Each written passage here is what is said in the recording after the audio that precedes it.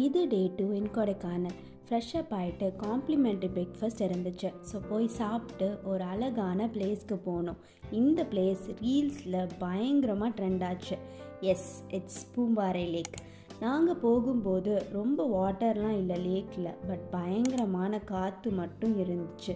அப்படியே கொஞ்ச நேரம் அந்த பியூட்டிஃபுல்லான பிளேஸை பார்த்துட்டு பிக்ஸ் எல்லாம் எடுத்துக்கிட்டோம். கீழே போகலான்னு நடக்க ஸ்டார்ட் பண்ணோம், பட் சுத்தமாக ஸ்ட்ரென்த் இல்லை. ஸோ அப்படியே ரிட்டர்ன் வந்துட்டோம். அங்கே ஒரு ஷீப் ஃபார்ம் இருந்துச்சு. அது அந்த பிளேஸோட சேர்ந்து பார்க்கும்போது செம்ம அழகு.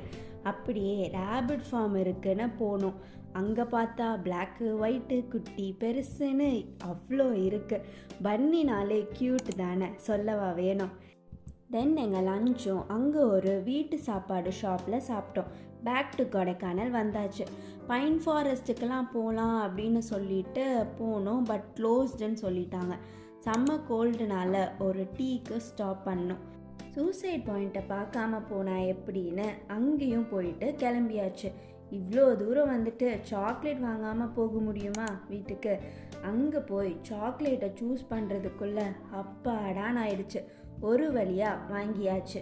உங்கள் எல்லாரையும் நான் நெக்ஸ்ட் மினி vlogல பார்க்குறேன். அது வரைக்கும் டடா.